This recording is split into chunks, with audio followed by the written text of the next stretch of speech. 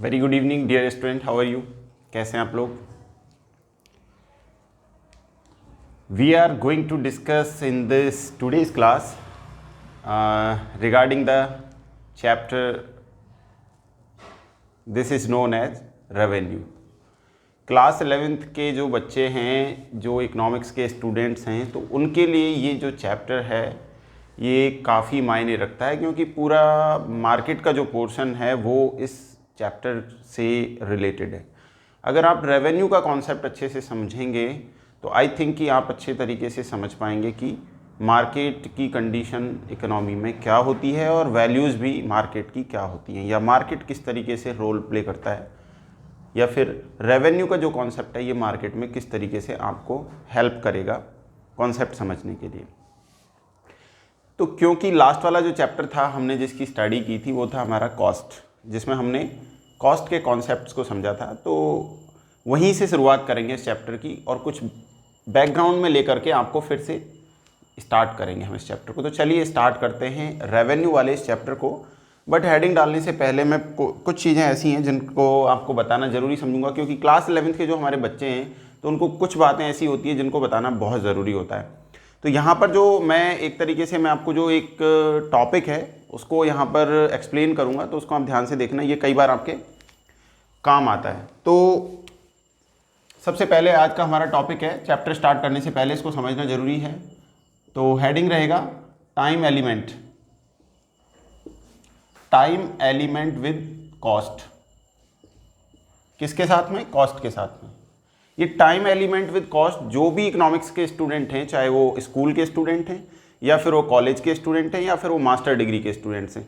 कई बच्चे master degree कर लेते हैं, ग्रेजुएशन कर लेते हैं ऑनर्स के अंदर, या 12th क्लास पास कर चुके होते हैं, लेकिन कई बेसिक ऐसे कॉन्सेप्ट्स होते हैं कि उनके बारे में उनकी पकड़ अभी तक नहीं होती। तो ऐसा ही एक अनछुआ सा टॉपिक है ये, टाइम एलिमेंट्स और कॉस्ट के साथ में, इसको मैं आपको बता रहा हूँ, फिर हम रेवेन्यू स्टार्ट करेंगे। तो सबसे पहले क्या होता है, इकोनॉमिक्स के अंदर जनरली 3 तरीके का टाइम पीरियड होता है। यहाँ पे 3 types of time periods are here. First, very short. कैसा बच्चों? Very short. इसके बाद में होता है आपका शॉर्ट टाइम पीरियड, और एक होता है आपका लॉन्ग टाइम पीरियड। कंफ्यूजन कहाँ होता है और कंडीशंस क्या है कॉस्ट के साथ में, इसको आपको क्यों बताना चाहता हूँ। तो सबसे पहले तो आप एक बात जान लीजिएगा कि जो वेरी शॉर्ट टाइम पीरियड है इसको मार्केट पीरियड भी बोला जाता है। क्या बोलते हैं बच्चों? Market period. ये ध्यान रखेंगे, ये वेरी शॉर्ट को बोला जाएगा। समझनी क्या क्या चीज़ें हमें, यानी कौन कौन सी चीज़ों को समझना है, इनके साथ बहुत ब्रीफ में बताऊंगा, बहुत शानदार तरीके से आपको समझ में आएगा। वेरी शॉर्ट टाइम पीरियड के अंदर अगर आप एक प्रोड्यूसर हैं, अगर आप प्रोडक्शन करते हैं, तो मैं सिर्फ इतना ही कहूँगा कि it is not possible to change the output. यानी कि यहां पर चाहे प्रोड्यूसर कुछ भी कर ले वेरी शॉर्ट टाइम पीरियड के अंदर, लेकिन वो प्रोडक्शन को चेंज नहीं कर सकता। ये पहली कंडीशन है, समझना है आपको यहाँ पर। अब मान लीजिए वो आउटपुट को बदल नहीं सकता, और मान लीजिए कॉस्ट के साथ उसका कॉम्बिनेशन बैठ नहीं पा रहा है, या तो इस सिचुएशन में, क्योंकि चाहे कंज्यूमर हो चाहे प्रोड्यूसर, इकोनॉमिक्स के अंदर सभी रेशनल होते हैं, क्या करेगा वो? तो ये सिर्फ एक कंडीशन पे ध्यान देगा कि जो वेरिएबल कॉस्ट इसको आ रही है ये इसको बचाएगा, यानी इसको अर्न करना चाहेगा, चाहे इसको फिक्स्ड कॉस्ट मिले या ना मिले, चाहे थोड़ा इसको घाटा उठाना पड़े, लेकिन ये वेरिएबल कॉस्ट को बचाएगा। क्योंकि जब भी आप वेरिएबल कॉस्ट पढ़ते हैं, average variable cost, shut down point यहीं से होता है। अगर किसी प्रोड्यूसर को वेरिएबल कॉस्ट नहीं मिलेगा तो फर्म बंद हो जाएगी, उसका प्रोडक्शन जो है बंद करना पड़ेगा, क्योंकि उसके बाद उसको नुकसान होना स्टार्ट हो जाएगा। तो कम से कम इस सिचुएशन में, क्योंकि आउटपुट तो इंक्रीज कर नहीं सकता, ठीक है, तो ये क्या करेगा, वेरिएबल कॉस्ट को अर्न करने की कोशिश करेगा मार्केट के अंदर, और ये सिचुएशन रहेगी आपकी मार्केट पीरियड यानी कि वेरी शॉर्ट टाइम पीरियड में। In the short time period, once again, only variable factor can change by a producer। तो वेरिएबल फैक्टर से जो आउटपुट आपका चेंज होगा, बस ये पॉसिबल है शॉर्ट टाइम पीरियड के अंदर। अगर थोड़ा बहुत चेंज करना है तो वो सिर्फ वेरिएबल फैक्टर को चेंज करके हम कर सकते हैं। लॉन्ग टाइम पीरियड की जब हम बात करेंगे तो लॉन्ग टाइम पीरियड में क्या होगा, यहां पर ध्यान रखेंगे आप, total both factor are change,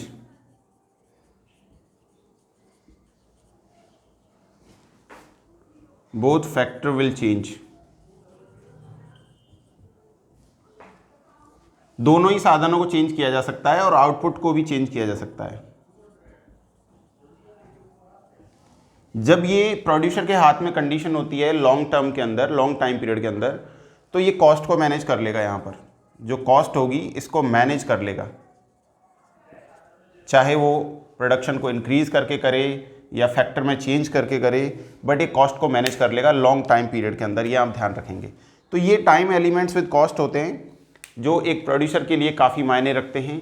अब हम बात करते हैं आपको आज के हमारे नए टॉपिक की, जिसको हमने कॉल किया है रेवेन्यू। आई थिंक कि ये टाइम पीरियड वाला कॉन्सेप्ट जो है ये आपको समझ में आ गया होगा, इसमें आपको कहीं भी कन्फ्यूज़न नहीं होना चाहिए, ठीक है ना। तो चलिए रेवेन्यू के बारे में बात करते हैं। बहुत छोटा सा टॉपिक है और आई थिंक कि बुक्स के अंदर 6-7 पेजेस में इसको कवर किया गया है, लेकिन हम लोग इसको 20 मिनट्स की क्लास के अंदर कवर करेंगे और उम्मीद करते हैं कि ये आपको समझ में भी आएगा।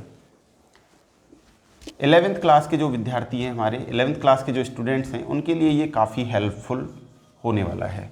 तो आप ध्यान से समझिए, बेसिक से कॉन्सेप्ट में आपको रेवेन्यू के रिगार्डिंग बताऊंगा with the help of market या with the help of types of market. सबसे पहले बात करते हैं हेडिंग की। तो हेडिंग हमारा रेवेन्यू। आप एक बात बताइए, जब भी आप किसी हेडिंग पे बात करते हैं तो उसके बारे में कुछ बेसिक सी चीज़ें जानना बहुत ज़रूरी होता है। बेसिक चीज़ें जानने के लिए सबसे पहले आप किसी एग्जाम्पल की हेल्प ले सकते हैं, स्टोरी टेलिंग मेथड की हेल्प ले सकते हैं, लेक्चर मेथड की हेल्प ले सकते हैं, लेकिन मेरा जो बेस्ट वे है, मेरा जो मानना है, आई थिंक दैट कि एग्जाम्पल के साथ जाना चाहिए। Suppose that you are running a firm, firm के अंदर मान लीजिए क्रिकेट बैट का प्रोडक्शन होता है। किसका? क्रिकेट के बैट का प्रोडक्शन होता है। और फर्म की जो कैपेसिटी है ये 10 यूनिट्स पर डे है। और जो प्राइस है, यानी फर्म ने जो प्राइस रखा है अपनी यूनिट का, यानी एक बैट का 1 यूनिट इक्वल्स टू 100 रुपीज़ या 1000 रुपीज़, जो भी आप चाहें, एग्जाम्पल है। तो फर्म क्या करेगी? मार्केट में जाएगी, यानी कि फर्म अपने प्रोडक्ट को मार्केट में लेकर के जाएगी। और प्राइस क्या है और क्वांटिटी कितना है? 10 यूनिट्स है, तो price into quantity, total revenue आपको मिलेगा। तो प्राइस कितना है? 1000 और क्वांटिटी ऑफ कमोडिटी क्या है? तो ये कितना हो जाएगा आपका? 10,000 रुपीज़। तो ये जो मनी है ये क्या हो गया भाई?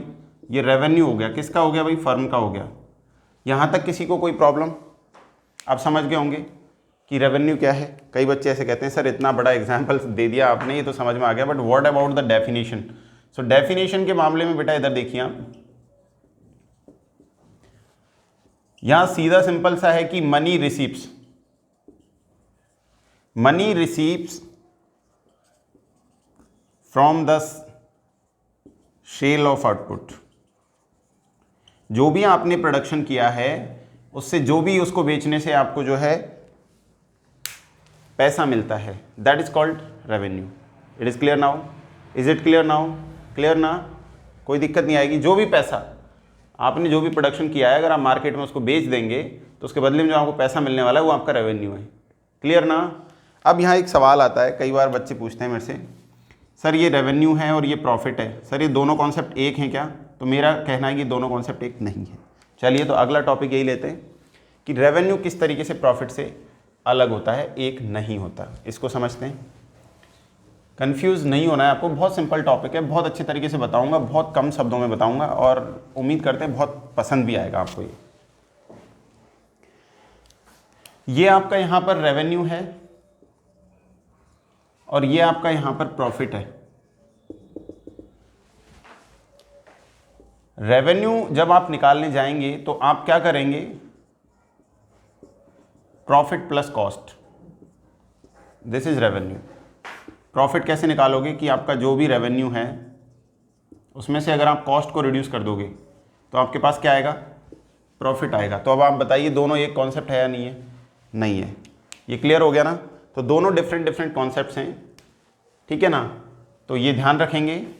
यहाँ पर इसको ऐसे लिखा जा सकता है प्रॉफिट प्लस कॉस्ट, और इसको ऐसा लिखा जा सकता है रेवेन्यू माइनस कॉस्ट। ये चीज़ आपको क्लियर हो जानी चाहिए। दोनों अलग अलग कॉन्सेप्ट हैं, एक कॉन्सेप्ट बिल्कुल भी नहीं है।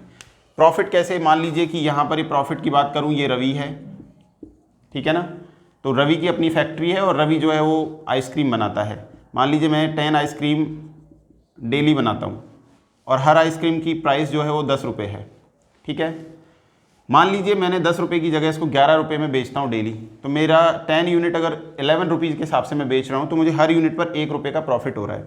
कैसे हो रहा है? क्योंकि मेरे को जो टोटल रेवेन्यू मिलेगा वो मिलना चाहिए था 100 और अभी 1 रुपये की वजह से मिल रहा है 110 रुपये, ठीक है ना?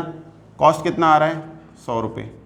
10 रुपये मान लीजिए कि मैंने उसकी प्राइस रखी और कॉस्ट भी मेरा 10 रुपये ही आ रहा था, लेकिन मैं मार्केट में बेच रहा हूँ 11 रुपये, ठीक है ना? यानी मैंने उसकी प्राइस 11 रुपये रखी है और कॉस्ट आया उस पर 10 रुपये का। तो उस कंडीशन में यहाँ पर ये 110 रुपये मेरा रेवेन्यू होगा और रेवेन्यू में से मेरी कॉस्ट जो है 10 रुपये के हिसाब से 100 रुपीज़ होगी। तो मैं यहाँ पे क्या करूँगा, 110 माइनस 100 रुपीज़, तो मेरे को 10 रुपये का प्रॉफिट हो गया। तो अगर आप रेवेन्यू में से कॉस्ट को हटा दोगे तो जो बचेगा पैसा वो आपका प्रॉफिट होगा। ये इकोनॉमिक्स के अंदर बहुत सिंपल सी बात है, ये आप ध्यान रखेंगे। अब हम बात करते हैं कि ये दोनों कॉन्सेप्ट जब अलग अलग हैं तो रेवेन्यू के टाइप्स क्या क्या हो सकते हैं, कितने टाइप्स का रेवेन्यू इकोनॉमिक्स के अंदर आपको देखने को मिलता है, या इसका जो साइंटिफिक कॉन्सेप्ट है वो क्या कहता है, किस तरीके का होता है। भाई आप तो कहेंगे सर पैसा तो एक ही तरीके का होता है, तो रेवेन्यू भी एक ही तरीके का होता होगा, लेकिन क्योंकि हर सब्जेक्ट में अलग अलग क्लासिफिकेशन होते हैं, तो यहाँ पर इकोनॉमिक्स के अंदर जब आप रेवेन्यू का क्लासिफिकेशन करेंगे तो रेवेन्यू टोटल रेवेन्यू होता है एक, तो भाई एक आपका एवरेज रेवेन्यू होता है और एक आपका मार्जिनल रेवेन्यू होता है। बस यहीं से कहानी की शुरुआत होती है और ये तीनों बहुत इंपॉर्टेंट है बच्चों। ये तीनों इतना ज़्यादा इंपॉर्टेंट है कि इनके बारे में समझना बहुत ज़रूरी है। AR जो कर्व होता है, एवरेज रेवेन्यू कर्व जिसको हम बोलते हैं, ये प्राइस डिटर्मिनेटर होता है। क्या होता है भाई? प्राइस डिटर्मिनेटर, यानी कि कीमत का निर्धारण करता है। क्या करता है? कीमत का निर्धारण करता है। इसलिए इसको क्या कहते हैं? डिमांड कर्व भी बोलते हैं। क्या बोलते हैं इसको? Demand curve. डिमांड कर्व किसका बोलेंगे? फर्म का बोलेंगे, ध्यान रखेंगे। ये क्लियर हो गई ना आपकी बात? ये बहुत बार पूछा जाता है कंपटीशन एग्जाम में कि इनमें से कौन सा कर्व डिमांड कर्व भी कहलाता है। तो average revenue curve demand curve कहलाता है, भूलेंगे नहीं, याद रखेंगे। गुड। अब एक एक का एक्सप्लेनेशन करते हैं, ये रफ करता हूं मैं। सबसे पहले चलते हैं टोटल रेवेन्यू पर। तीनों का कॉन्सेप्ट बहुत जल्दी बताऊंगा मैं आपको, ध्यान से देखना है आपको। टोटल रेवेन्यू, भाई टोटल रेवेन्यू क्या होता है? इसको मैं सीधा सिंपल ऐसे लिख दूं कि मान लीजिए आपका टोटल आउटपुट Q, अगर टोटल आउटपुट जो है आपका ये Q है, टोटल आउटपुट, अगर आप टोटल आउटपुट को प्राइस के साथ मल्टीपल कर दोगे तो आपका टोटल रेवेन्यू आ जाएगा, आपको पैसा मिल जाएगा, बिल्कुल मिल जाएगा। तो it is the money receives from selling the all units of your output. अगर आप अपने सारे सामान को बेच दोगे तो उससे जो पैसा मिलेगा, या सारे उत्पादन को जो बेच दोगे, जो भी आपने प्रोड्यूस किया है, तो आपको टोटल रेवेन्यू जो है ये मिल जाएगा। तो पहली कंडीशन TR को एक तो ये लिखा जा सकता है, बाद में बताएंगे कि और इसको क्या क्या लिखा जा सकता है, क्योंकि इसको कई बार आपने ऐसे भी देखा होगा कि जो आपका sigma marginal revenue equals to TR होता है, ये भी होता है, लेकिन ये जो इकोनॉमिक्स के बच्चे नहीं है वो नहीं समझ पाएंगे, जो हैं वो समझ सकते हैं, इसको भी बाद में क्लियर करेंगे, लिख दिया मैंने। एवरेज रेवेन्यू के बारे में बात करते हैं। तो एवरेज रेवेन्यू जो होता है ये होता है आपका पर यूनिट ऑफ आउटपुट, यानी कि average revenue refers the revenue, कौन सा वाला? Per unit of output. अगर per unit of output revenue की बात करेंगे तो एवरेज रेवेन्यू आएगा। एवरेज रेवेन्यू को जनरली इस तरीके से लिखा जा सकता है TR/Q, ये इसका फॉर्मूला होता है भाई। मार्जिनल रेवेन्यू की भी बात कर लेते हैं। अगर आप अपने आउटपुट में इंक्रीज करोगे या 1 एडिशनल यूनिट प्रोड्यूस करोगे और उसको मार्केट में सेल करोगे, तो जो एडिशनल यूनिट की सेलिंग से जो आपको मनी रिसिप्ट्स मिलने वाली हैं वो आपका मार्जिनल रेवेन्यू हो जाएगा। तो इसको जनरली लिखा जाता है डेल्टा TR/डेल्टा Q, ये ध्यान रखेंगे आप। इसको ऐसे भी लिखा जा सकता है TRN-TRN-1, यानी इसके दो तरीके हो गए। तो ये एडिशनल यूनिट की सेलिंग से मिलने वाली एक तरीके से मनी होती है। अब इनके बारे में डिटेल स्टडी करेंगे with the help of diagrams in the different markets. ठीक है, अलग अलग मार्केट के टाइप्स में जनरली इकोनॉमिक्स के अंदर मार्केट के टाइप्स बहुत सारे होते हैं, लेकिन basically perfect competition market, monopolistic competition market, monopoly market, अलग पार्ट भी होते हैं। जैसे मोनोपोली जिस तरीके से होता है, ठीक है ना, ऐसे ओलिगोपोली भी होता है, डिओपोली भी होता है। तो ऐसे करके अलग अलग टाइप्स के आपको मार्केट देखने को मिलेंगे, बट हम यहाँ बेसिकली परफेक्ट कंपटीशन, मोनोपोलिस्टिक और मोनोपोली के अंदर बात करेंगे कि तीनों मार्केट के अंदर जो रेवेन्यू कर्व्स हमारे होते हैं, टीआर, एआर, एमआर, इनका क्या कंडीशन होता है, क्या सिचुएशन में ये होते हैं और फर्म के प्रोडक्शन पे कैसे या रेवेन्यू पे कैसे इफेक्ट आता है। तो ये चीज़ें आई थिंक आपकी क्लियर हो गई हैं। फॉर्मूला वगैरह मैंने आपको बता दिया है। एआर के बारे में आपको पहले ही बता दिया कि एआर प्राइस डिटर्मिनेटर कर्व होता है। जब मैंने आपको बताया था कि एआर प्राइस डिटर्मिनेटर कर्व होता है, तो इसको प्रूव भी तो करना पड़ेगा कि एआर इक्वल्स टू पी कैसे होता है। ये कई बार सीबीएसई में क्वेश्चन पूछा जाता है 3 मार्क्स में।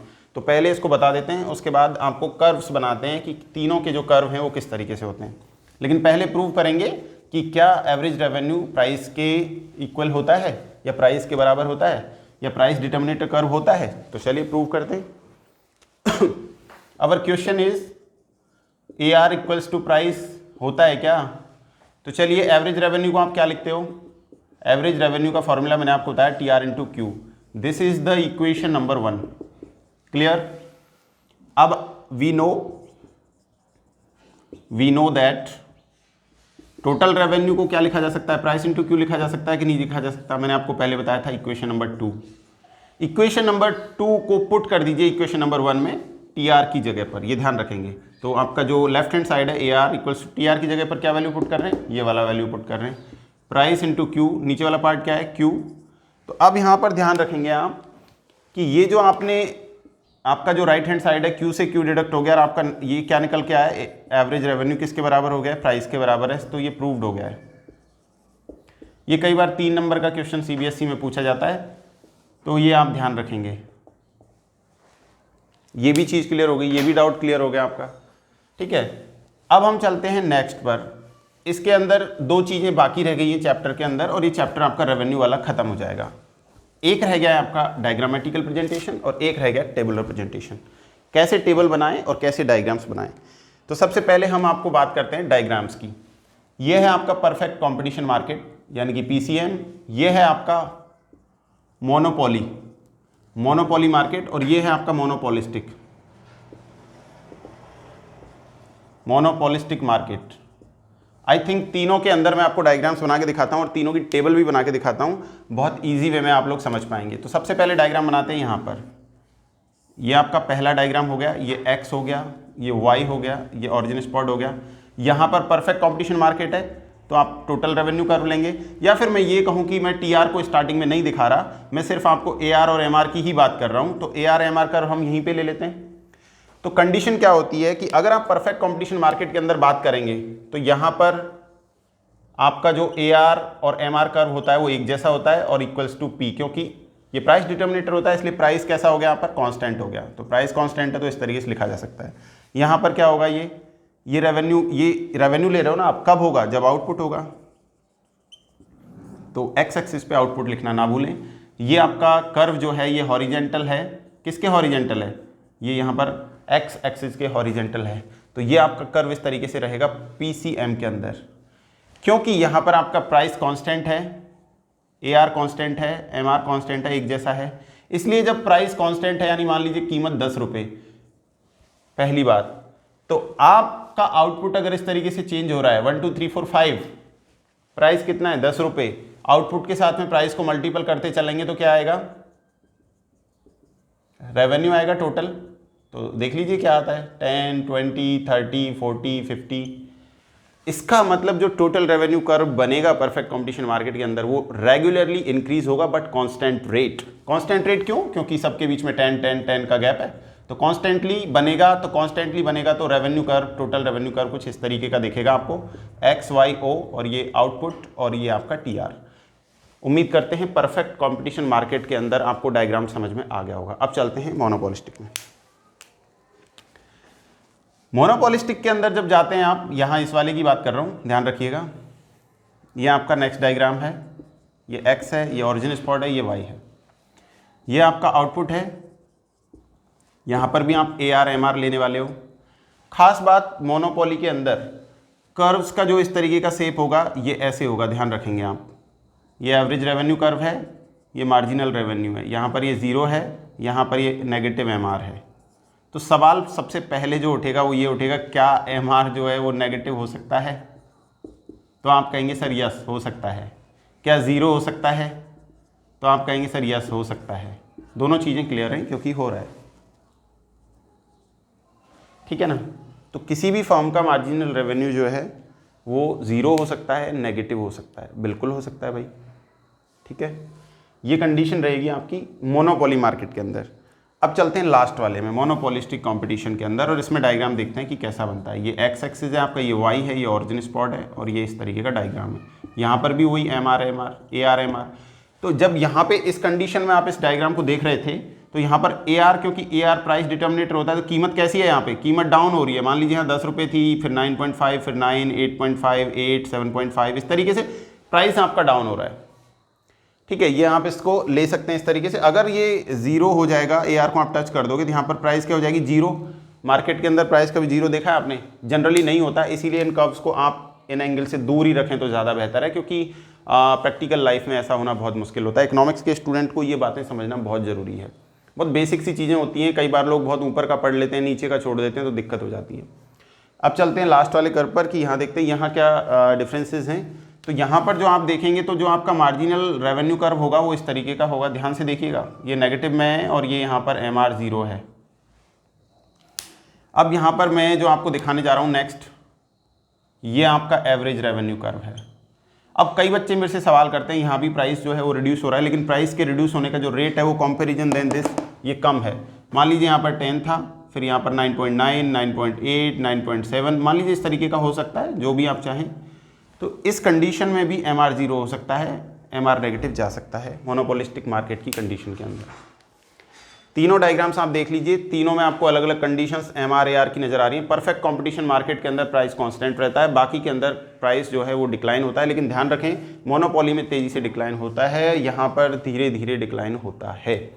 AR कर्व क्या है? प्राइस डिटर्मिनेटर कर्व है। इसको किसी फर्म का डिमांड कर्व भी कॉल किया जाता रहा है, होता ही है ऑब्वियसली। जब फर्म का डिमांड कर्व इसको कॉल कर सकते हैं तो बच्चों सवाल आता है फर्म का सप्लाई कर्व किसको कॉल किया जाता है? तो जो मार्जिनल कॉस्ट होती है ये किसी फर्म का सप्लाई कर्व होता है। क्या होता है? सप्लाई कर्व होता है। ये भी क्वेश्चन आता है एग्जाम में, कंपटीशन में। छोटे बच्चे जो है उसको जान ले तो ज़्यादा बेहतर है। अब ये तो डायग्रामेटिक प्रेजेंटेशन हो गया भाई, कोई प्रॉब्लम नहीं है, यहाँ तक सारी चीज़ ओके है। अब टेबल पर कैसे दिखाओगे भाई? प्रॉब्लम तो ये है ना सर, डायग्राम में तो आपने बता दिया कि इस तरीके की कंडीशन है, टेबल में कैसे दिखाएंगे आप? तो टेबल में भी दिखा देते हैं आपको, टेबल बना के दिखा देते हैं। इस कंडीशन में क्या है आपका? प्राइस कांस्टेंट है, तो पहली वाली कंडीशन में आउटपुट के साथ प्राइस को कांस्टेंट रख देंगे और देखेंगे हमारे MR AR किस तरीके के निकल के आते हैं। MR AR कांस्टेंट है तो टेबल कांस्टेंट ही बनना चाहिए, अदरवाइज गलत हो जाएगा। तो चलिए फिर हम आपको दिखाते हैं कि टेबल कैसे बनाएंगे आप लोग। अब मैं ऊपर की तरफ से रफ कर रहा हूँ क्योंकि मैं टेबल ऊपर ही बनाने वाला हूँ, ठीक है ना। तो आप ध्यान से देखिएगा और तीनों की टेबल में फटाफट बनाऊंगा, 2 मिनट लगेंगे बस, और आप लोग ध्यान से समझ पाएँ। सबसे पहले मैं टेबल बना रहा हूँ फर्स्ट वाली कंडीशन की, PCM परफेक्ट कंपटीशन मार्केट के अंदर। ये आउटपुट है Q, ये प्राइस है, ये TR निकालेंगे हम, ये R निकालेंगे और ये MR निकालेंगे। ये पहला वाला टेबल है। आउटपुट 1 2 3 4 4 यूनिट ले रहा हूँ। प्राइस कांस्टेंट है 10, क्योंकि इसमें प्राइस कांस्टेंट है तो कांस्टेंट ही रखेंगे आप। मल्टीपल करिए तो यहाँ पे 10 20 30 40, यहाँ तक कोई प्रॉब्लम नहीं है। तो TR कर्व मैंने बताया था कि अपवर्ड स्लोपिंग होगा, रेगुलरली कांस्टेंट रेट से बढ़ेगा। अब AR पर आइए, AR का फॉर्मूला क्या कहता है? AR equals to TR upon Q। तो TR को डिवाइड कर दीजिए Q से, 1 2 3 4 से, तो क्या आएगा? 10 को 1 से डिवाइड करेंगे तो 10, 20 को 2 से करेंगे तो 10, 30 को 3 से करेंगे तो 10, 40 को 4 से करेंगे तो 10। AR कैसा आ गया? 10 10 10 कॉस्ट कॉन्स्टेंट, तो AR कॉन्स्टेंट है हमारा, बिल्कुल फ्लैट है। अब इसी तरीके से MR क्या होता है? MR का फॉर्मूला होता है delta TR upon delta Q। तो यहाँ पे क्या करोगे आप? चेंजेस क्या है TR के अंदर? 10 का चेंज है एवरी यूनिट पर, यहाँ पर चेंजेस क्या है? 1 का चेंज है, तो हमेशा ये भी 10 10 10 10 10 रहेगा। तो ये टेबल आपका बन गया है यहाँ पर, और ये टेबल प्रूफ कर देता है कि आपने जो किया है ये सही किया है। पहला वाला क्लियर हो चुका है। सेकंड वाला टेबल बनाते हैं मोनोपोली मार्केट के अंदर, नंबर 2 की कंडीशन पे, और नंबर 3 वाला भी बनाएंगे। मान लीजिए कि अगर मैं एक और टेबल बनाता हूं और आउटपुट लेता हूं Q 1 2 3 4 और प्राइस इस बार क्योंकि यहां पर कांस्टेंट नहीं और तेजी से गिर रहा है, गिर कैसे रहा है, मान लीजिए पहले 10 था, फिर 9 था, फिर 8 था, फिर 7 था, मान लो ऐसे आप प्राइस को ले रहे हैं, तो टोटल रेवेन्यू कैसा आएगा आपका, देखिए यहां पर चेंज आ जाएगा 10 18 24 एंड 28, ये आपका TR आ गया। TR से आप AR MR निकाल सकते हैं, आपको पता चल जाएगा। AR का फॉर्मूला क्या है, TR/Q है, तो TR को Q से डिवाइड करिए तो आएगा आपका 10, ये 9, ये आएगा आपका, ठीक है, ये क्या आएगा आपका 8 और ये 7। आप कहेंगे सर ये तो प्राइस के जैसा ही आ गया, क्योंकि AR कर्व होता ही प्राइस के जैसा है हमेशा, तो जो प्राइस का डेटा रहेगा वही एवरेज रेवेन्यू कर्व का भी डेटा रहेगा। इसका मतलब अगर आपको ऐसा दिख जाए तो समझ लेना यू आर जीनियस, आप बहुत इंटेलिजेंट बच्चे हैं। MR पे चलिए, MR पे यानी कि इसका चेंजेस निकालेंगे। चेंज कितने का आया है, 8 का आया है सबसे पहले, फिर इसके बाद में 6 का आया है, फिर उसके बाद में 4 का आया है। यहाँ पर चेंजेस जो है वो 1 यूनिट एवरी पर चेंज हुआ है, तो आप क्या करेंगे 8 डिवाइड बाई 1 करेंगे तो 8 आएगा, 6 आएगा, 4 आएगा, तो ये 8 6 4 ये आ गया आपका MR का डेटा। अब डायग्राम क्या कहता है कि AR का जो डिक्लाइन रेट है वो कम है कंपैरिजन देन द MR तेजी से गिर रहा है। तो क्या MR तेजी से गिर रहा है, तो आप कहेंगे सर MR तेजी से गिर रहा है, यस। अब लास्ट वाला टेबल आप इतना समझ गए हैं, तो ये आपको करना है, ये आपका काम है, योर वर्क। ये बच्चों होमवर्क है आपका, इसका टेबल बनाइए इस तरीके से देखते हुए। और आज का ये जो क्लास है बच्चों, इसका हमने कर दिया है यहीं पर दी एंड, और ये चैप्टर हो गया आपका ख़त्म। नेक्स्ट चैप्टर में मिलेंगे, और नेक्स्ट चैप्टर आपका जो है वो होने वाला है सप्लाई, या फिर ये कहें कि इलास्टिसिटी ऑफ सप्लाई। उम्मीद करते हैं आज की क्लास, थोड़ा मैंने स्पीडली पढ़ाया आपको, बट काफ़ी इंपॉर्टेंट न्यूज़ आपको दी है मैंने regarding this chapter, and hope you will like this. If you like this then please comment in the comment box for appreciating my teaching, and hope आपके लिए काफ़ी फ्रूटफुल होने वाला है। CBSE के एग्ज़ाम में जाएँ तो आप पूरे डेडिकेशन के साथ जाएँ, अच्छा लिखें, और जो बच्चे कॉलेज में पढ़ते हैं छोटी छोटी गलतियाँ ना करें। तो नमस्ते to all and have a good day.